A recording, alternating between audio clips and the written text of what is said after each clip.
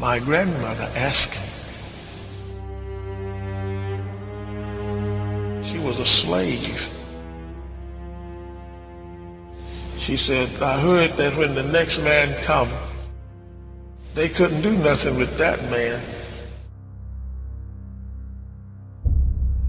Is you that man?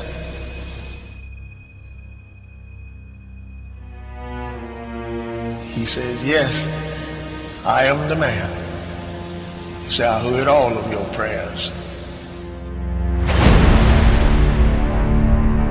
They call him the Mahdi, self-independent, guide the world back into Islam and to kill the infidel.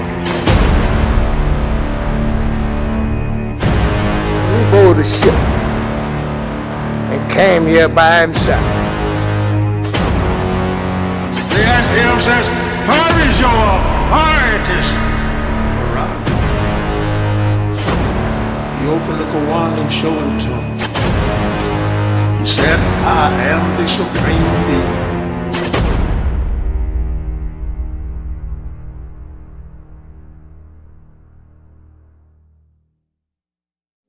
Welcome to the documentary on Master Farad Muhammad. This film contains a small portion of the information contained in the book, The Complete History of W.D. Farad, by Alam Khan Publications. The book contains rare accounts of Master Farad from John Muhammad, Elijah Muhammad, and over 20 other witnesses. It also contains historical newspapers, documents, photos, letters, and more.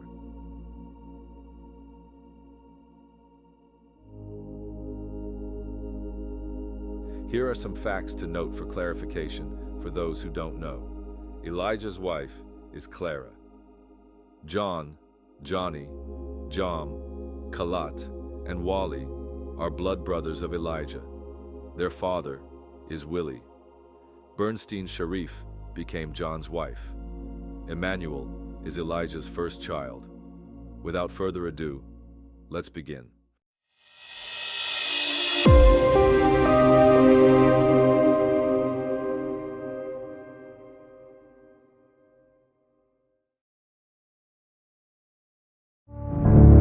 Well, we don't want to be like that preacher. You know, the preacher had been coming, trying to teach and get his audience to listen to him. But every time he would get there, they would start talking about the party they had on Saturday night. So the old preacher got tired of that. So he studied up a way to get their attention. So he put his 45 in his pocket, and he taken his Bible, and he put a pour of whiskey in his Bible case. So he got up before the people, he put the Bible down to his left, and he put a 45 over to his right. Then he looked over the people and he says, brothers and sisters, my text is today, some of these things will move you.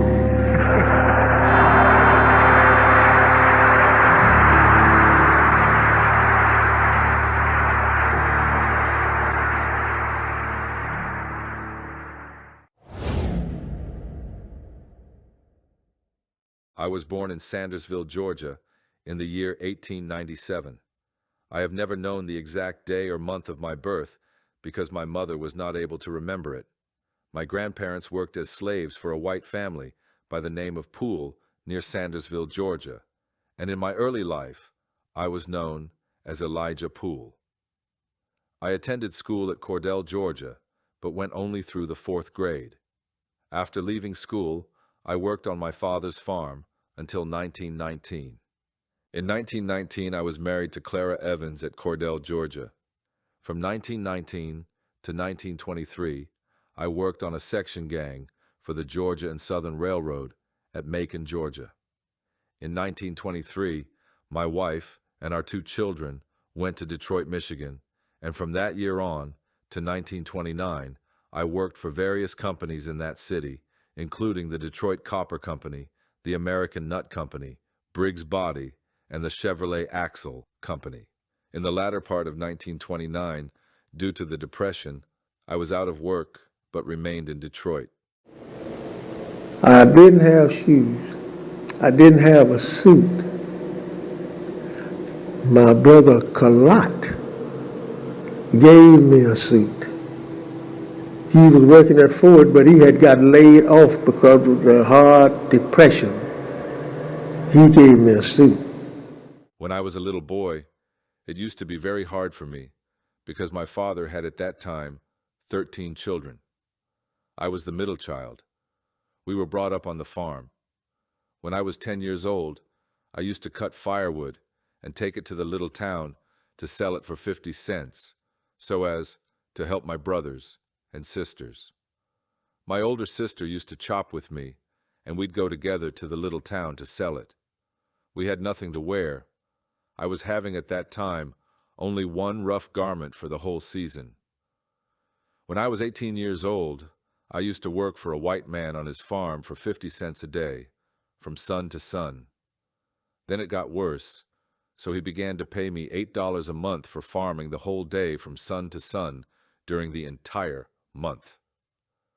That man was a very cruel white man, as all devils are. He was very old, too. He used to gather the farmers whom he did not like and give a whip to his wife, who would whip them while he held a gun at them to make them submit to beating. I worked for that cruel white man so as to collect enough money to train myself to be a dining boy in the railway, but I was not able to take the course because I quit working for that cruel white man after 6 months, because he threatened me that he would beat me with a very strong 6-foot stick that he used to carry with him if I did not obey him. Therefore, he told me to leave, and so I left.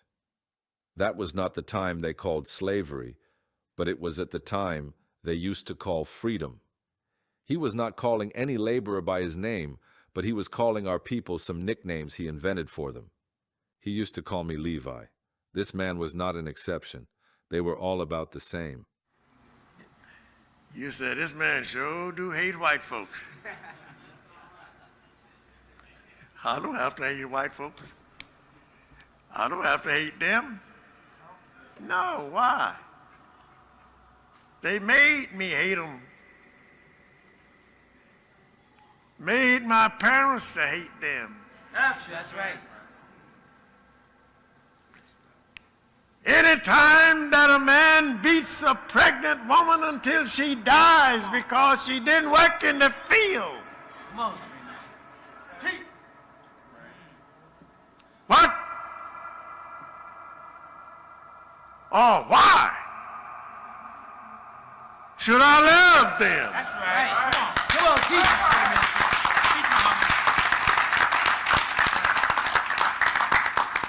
I don't have to hate them.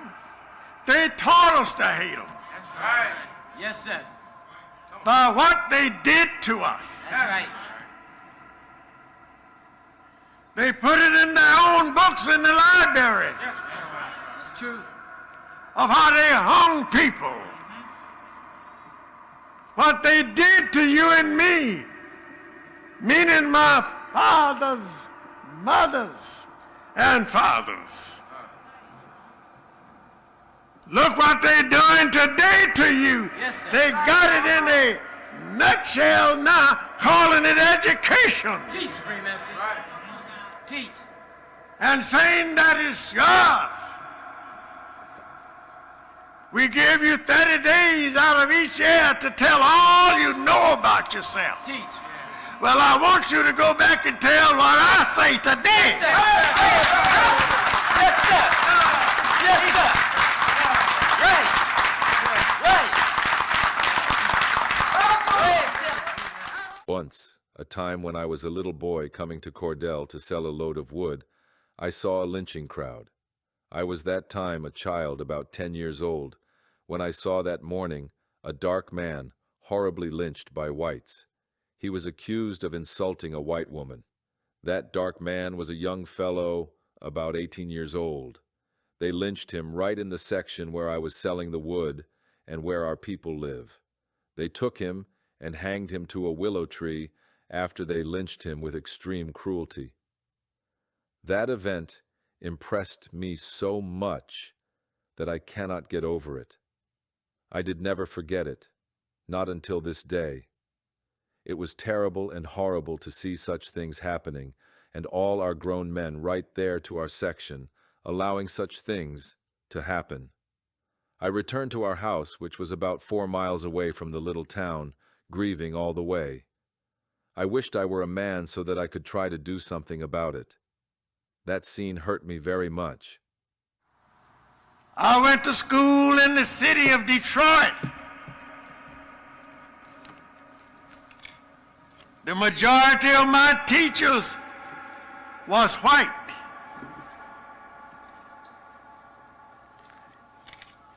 I've heard teachers in my school say to us in the room that we was in,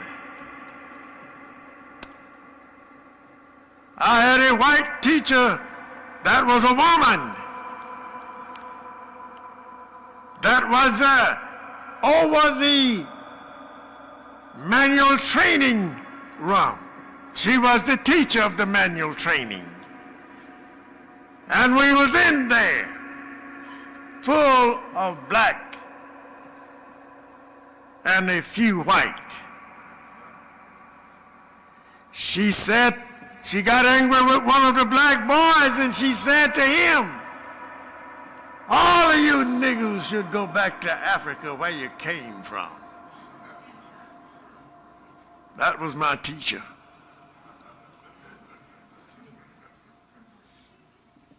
Well, I couldn't do nothing but look at, my hand.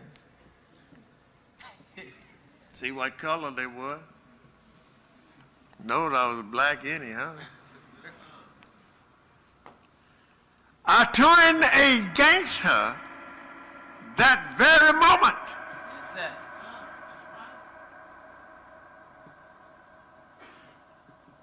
I had another teacher, white, that told me in the class that the black people and the white Jews didn't have a flag,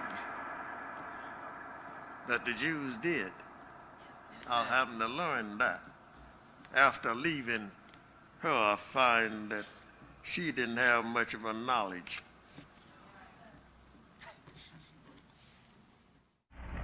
I met a devil who had a piece of a black man in his pocket, showing it to me to make me to fear him, because I am a murderer, a killer of your people. That's what he was letting me know. I was born in Cordell, Georgia. I was born there. Me and my brother have been going to school, and devils driving Model T Fords would run out of the road to try to run over us when we come back home or going to school. And they did it with many of them. We had to jump in the ditch to keep them dogs from running over us. Oh, yeah. My grandmother used to sit down and tell me how the white people used to beat her sister when she was young and under slavery. They were beating her until her legs swell enough and blood comes out of her skin. And I sit and listen to her telling me the sufferings of slavery until I fill my heart with griefs. And I used to tell her, my grandmother, when I get to be a man, if the Lord helps me, I will try to get my people out of the grip of this white man, because I believe that we will not be able to get along with peace under his government. She says, I do not think either, son.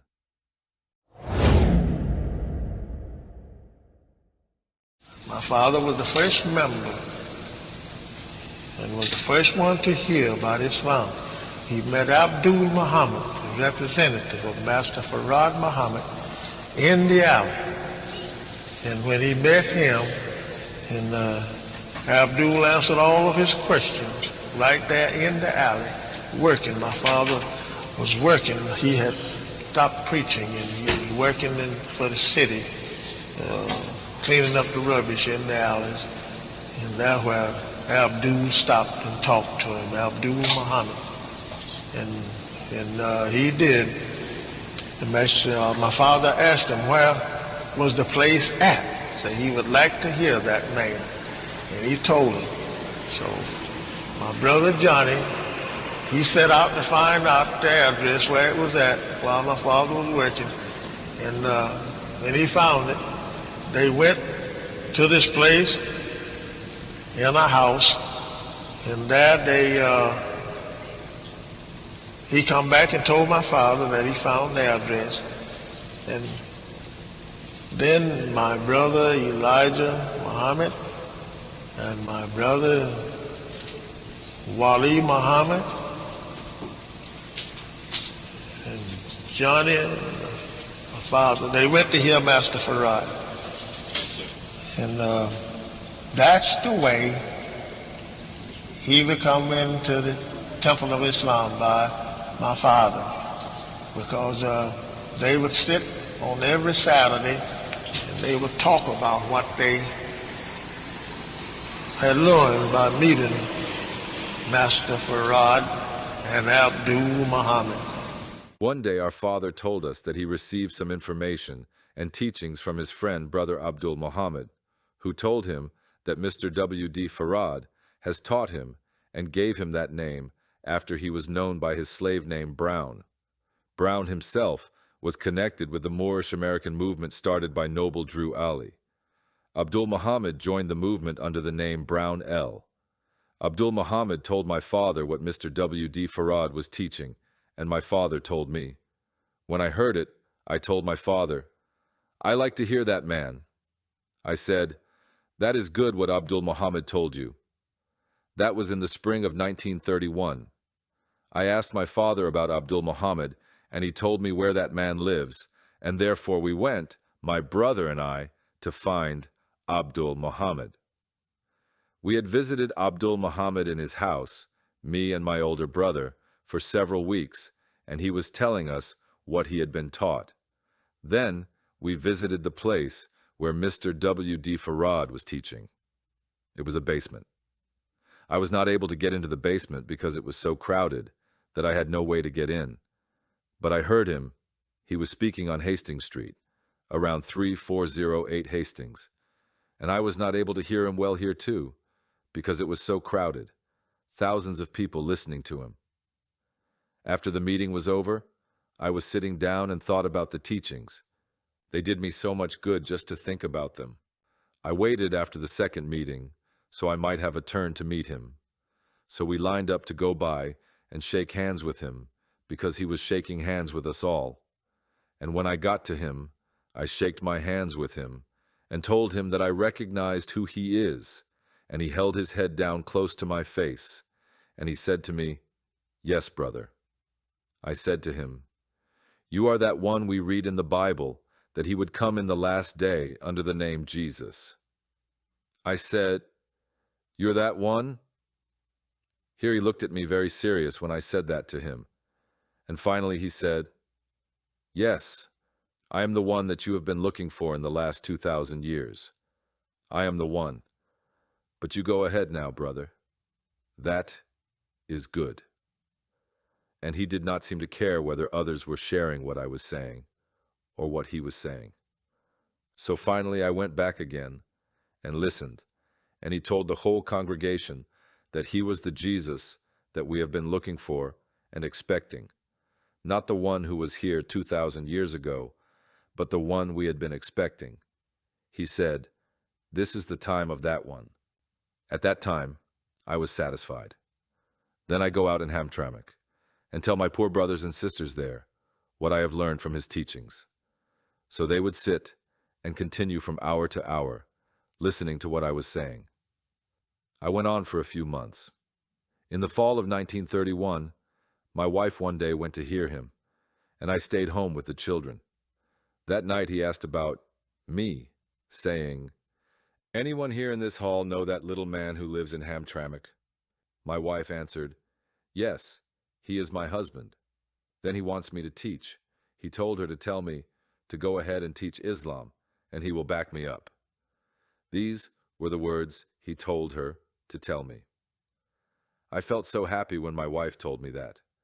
I said to myself, now we really have something to teach, and it is good. So I began teaching. When I shaking hands with Allah himself in person, Master Farad Mahmud, he said, "You want to reclaim your own?" I said, "Yes, sir." He said, "Okay, I shake hand." I told him my life and death is all for Allah. Yes, sir. And he said, "Okay." Okay, so you just come on, be a follower.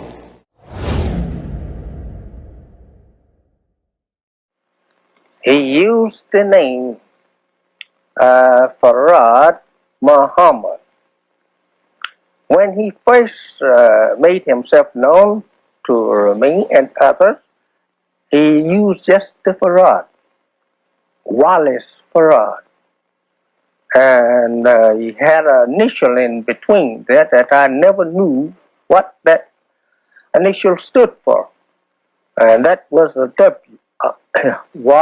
D. Wallace D. Farad is what he give to us. Then, in the third year, on his departure, he told me that his name was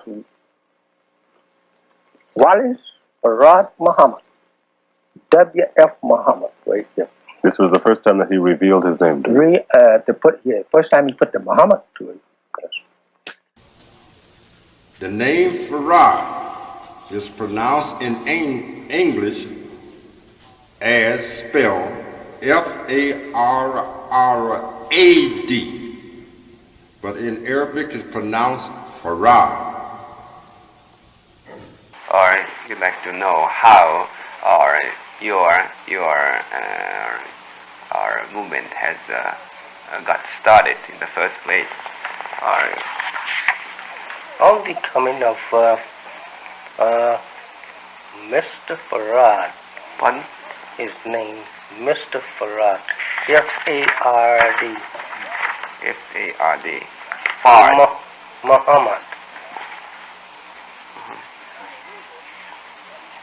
Mr. Fard, did you say? Well, that would be the F-A-R-D? in English, but we in the Arabic yes, it's Farad. Fard. Farad. Farad. Yes, Farad. And not the Farad. We call Muhammad from Muhammad. And many people say after they had went to Mecca that they haven't known a name like that. And it meant Muhammad by saying Muhammad. So it is the highest language of the God. Yes, sir. That's why you ain't never hear.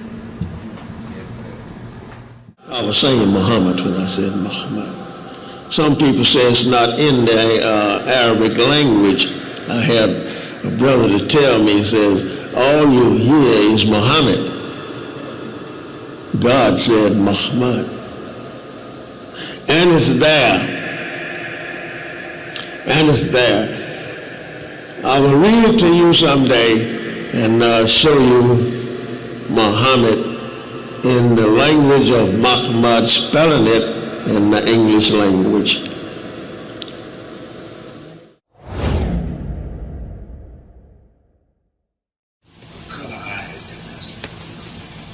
Black. How tall was You haven't seen the messenger? he? I never saw him in person. You never saw him in person? I heard him described as being about 6'6". Well, he was about his size. He never weighed over 140 pounds. Master Farrar,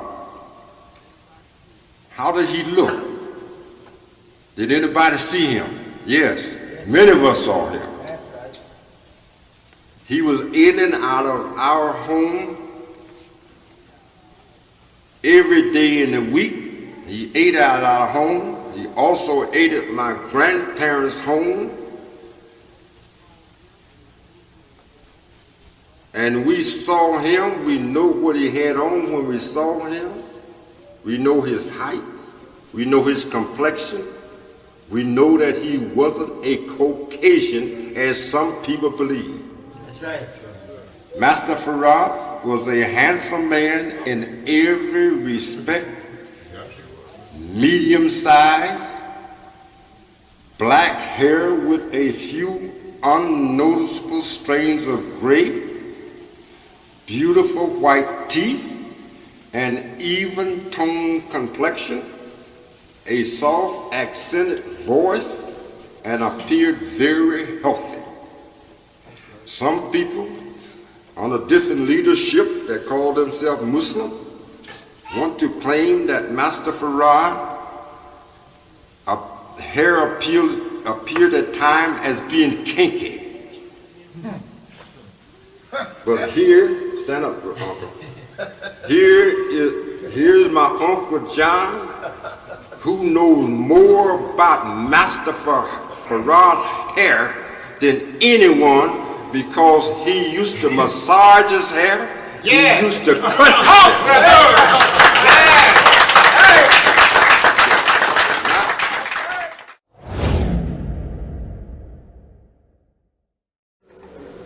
So he takes those people and he raised them up, clean them up, wash them up. Wash all of the filth away from them. Yes, sir. Put his words in their mouth. And then they go, no lesson or nothing. We walk from house to house. Brothers and sisters. You tell them, there's a man here in Detroit. And he says there's no heaven up there and no hell down here. The only hell is we on the earth. All this heaven is right here on earth. Oh, brother. And we had a good time walking around telling people that. We run into many people that didn't want to hear it. That's all right. They cuss us out, we cuss them out. That's right. We did it. That's right, we did it. That sheep, that lost sheep,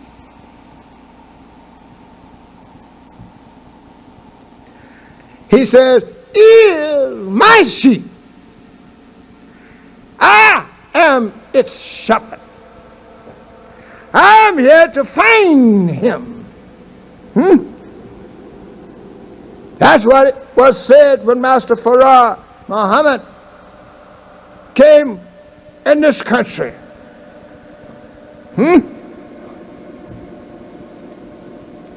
I've come, I have came here looking for my sheep. Now don't think about just one. It means all of us. Because he said, 60 years hence of my coming, we learn about you. Huh? We heard about you. Huh? So he bought a ship and came here by himself. He didn't need nobody to come with him. When Allah come, he say, I come for my babies. And we was his baby and still his babies. That's right. Because we didn't know nothing, not a damn thing. Pardon me for saying that. Not nothing before he come. We were just out there a walking spook. That's all.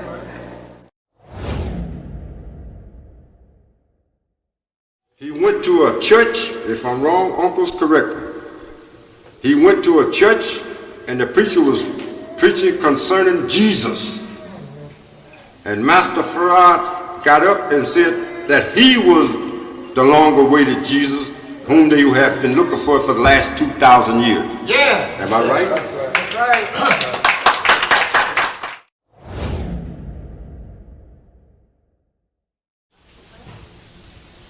He knocked at the door for him to open the door, you know, like the door is closed. He knocked at the door for the usher to open the door, and when the usher opened the door, he said to him, "I am your Jesus, I am here." Yes, sir. And when he said that, this big black man hit him in the mouth and knocked out his teeth. And he would not tell us who did it, neither did he tell us where the church was at. Thank you. You know why he didn't tell it? You know why he didn't tell the followers during that time? Because there wouldn't be no more preaching, no more church, no more followers. That's right. That's right. Did you hear what I say? No more preacher, no more church, and no followers. We were a clean house back in those days. Now, the one that I learned that replaced Master Farad tooth was used to be my school teacher, if I'm not mistaken, correct me, Sister Odessa Villar. Is that right? Not Odessa. What's her name? Ishmael. Sister Ishmael? Ishmael and his wife. See, all backwards. Thank you, Uncle. He knows. That's right. He knows. I would never. As I said, I was only 9 years old. A lot of things I got hearsay. And this uncle standing right here, we used to work together in the field, and he told me something that would bust your vest, as my father used to say. But I'm saying I might tell some of them today. But that uncle there was very, very close to Master Farad. He had to be, in order for him to be the penman for Master Farad to write down the original names. He had to learn a lot from Master Farad that the other ones don't know. But I'm glad that I had him in the field so he can give me some of that. Thank you. Thank you.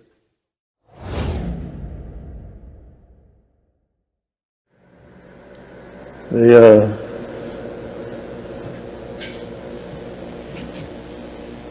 whole nation, 4,400,000,000 people are proud that you're here today. Yes, sir. I remember one time Master Farad Muhammad was in the temple and he was talking to his brother, but where he come from, in Asia. He was talking to his brother, and his brother asked him, how many of the people do you have there in the lost world? And he told him about 1,000 is here now. That's what he said. He said about 1,000 is here now. Now,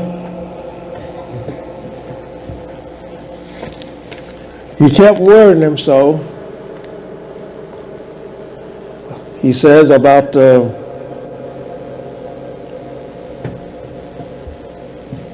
was any accepting their own? Was any people in the lost world accepting Islam and what you are teaching them about it? So he answered him and told him yes.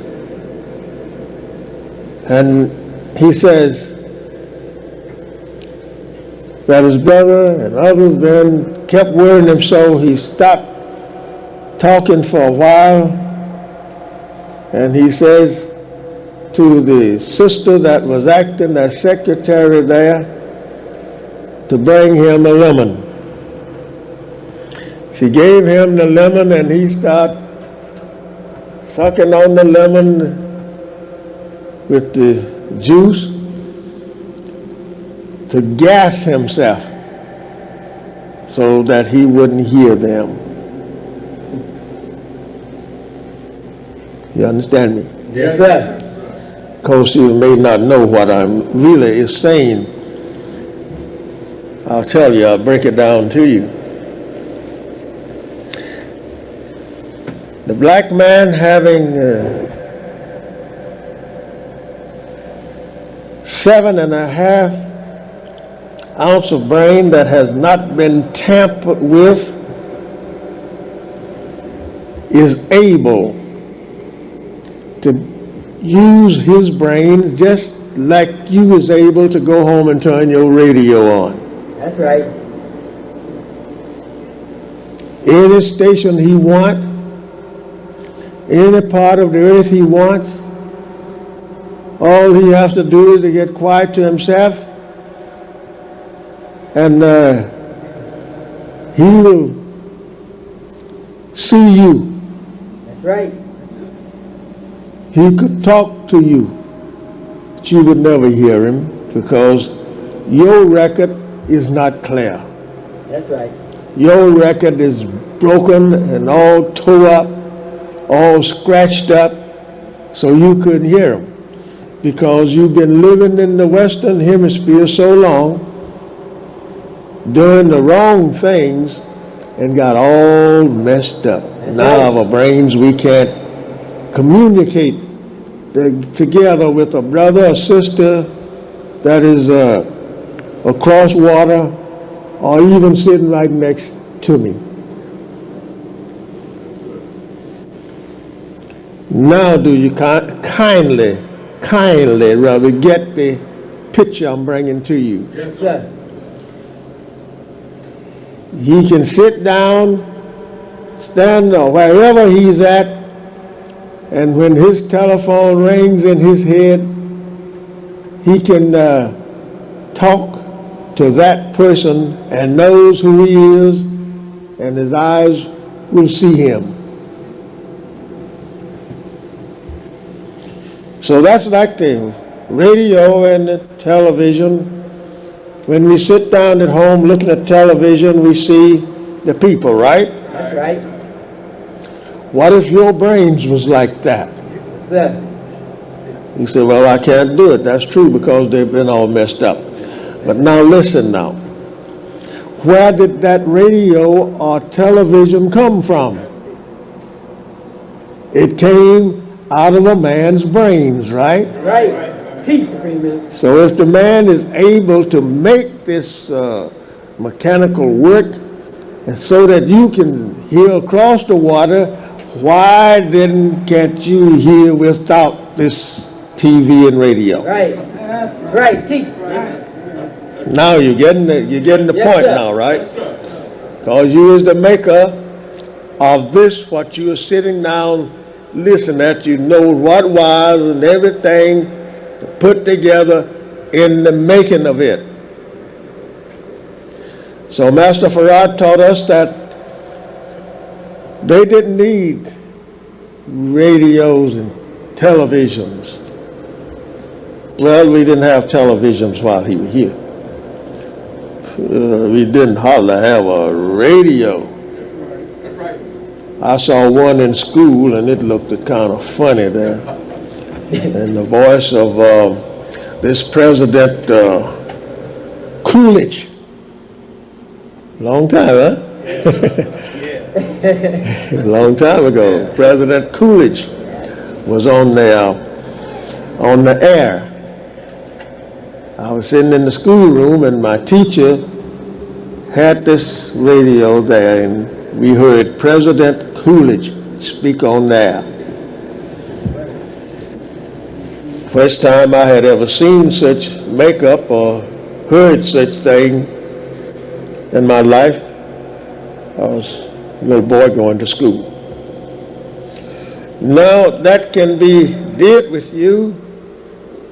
You might say, well, how can I do that? How can I do that? Listen, at my brother down south or in Europe or in West Asia or East Asia or anywhere I'm at, across that big body of water which could consume the noise, how can I do it? Live right. Yes, sir. That's the answer.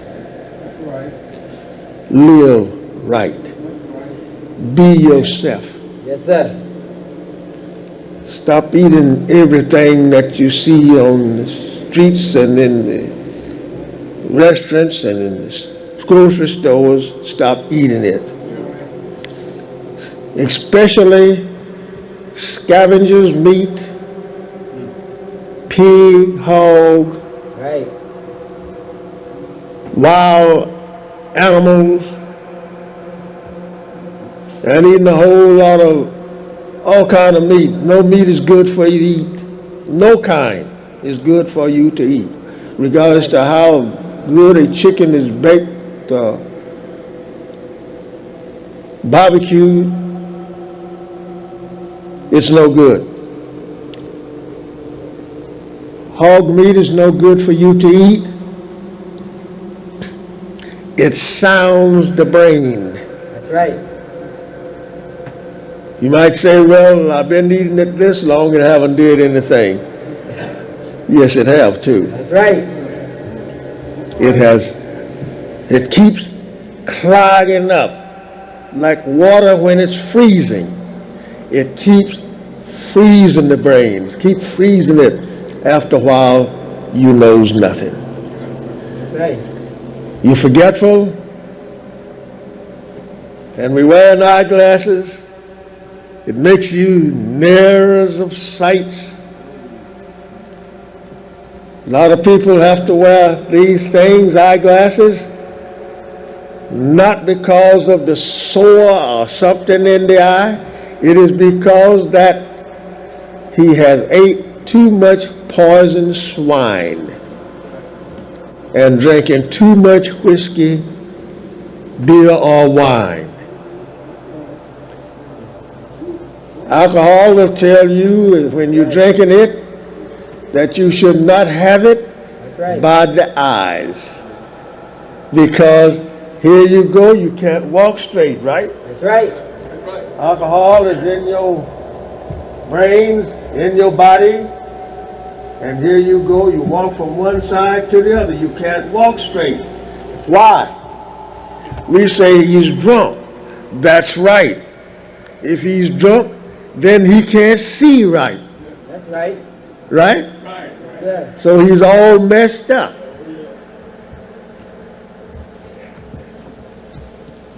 Thank you.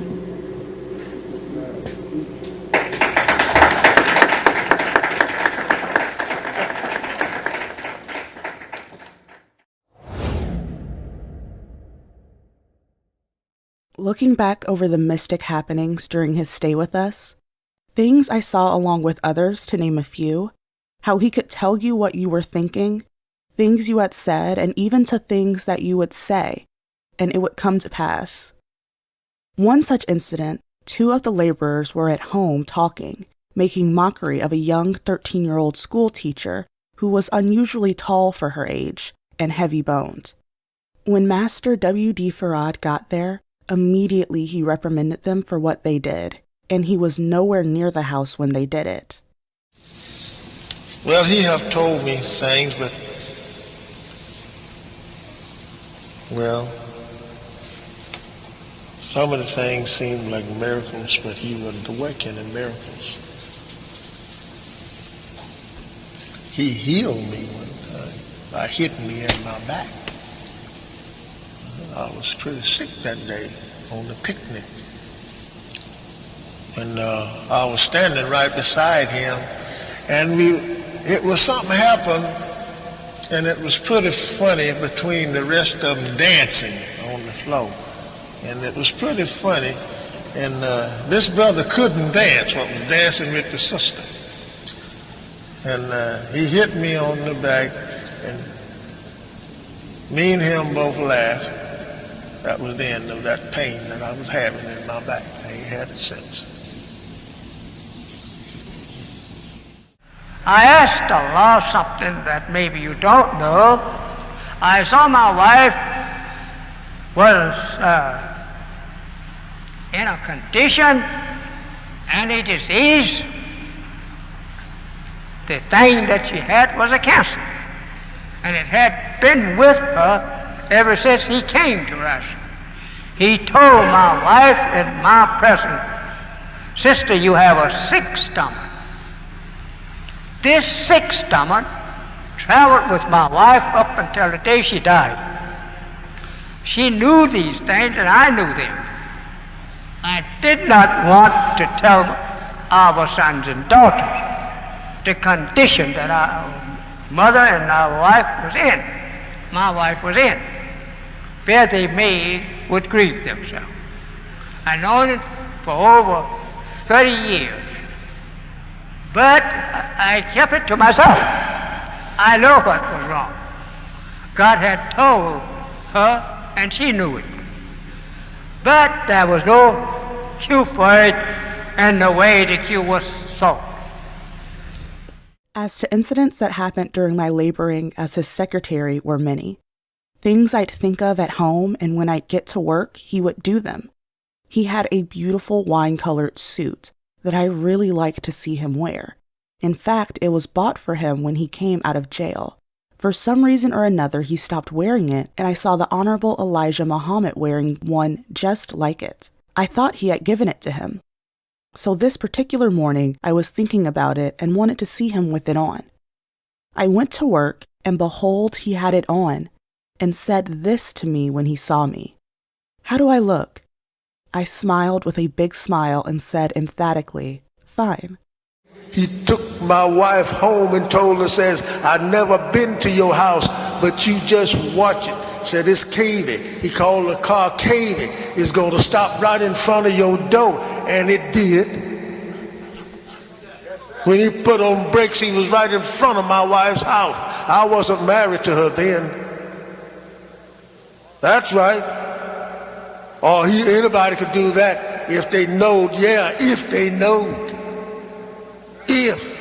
If you know where I am, go get me any hunky, anybody, any black man today, and tell him to stop in front of my house, and he don't know nothing about my house. We was over in Chicago before we got in the temple over there. We had just had a little, what we might say breakfast, but not, I wouldn't call it breakfast because there's nothing to eat hardly, you know. And Master Farad says, the devil have sent two of his henchmen to get you, Elijah, and myself to assassinate. He said, but they won't see us. He said, they'll be standing right there. And they go downstairs, outside is the door. But you won't see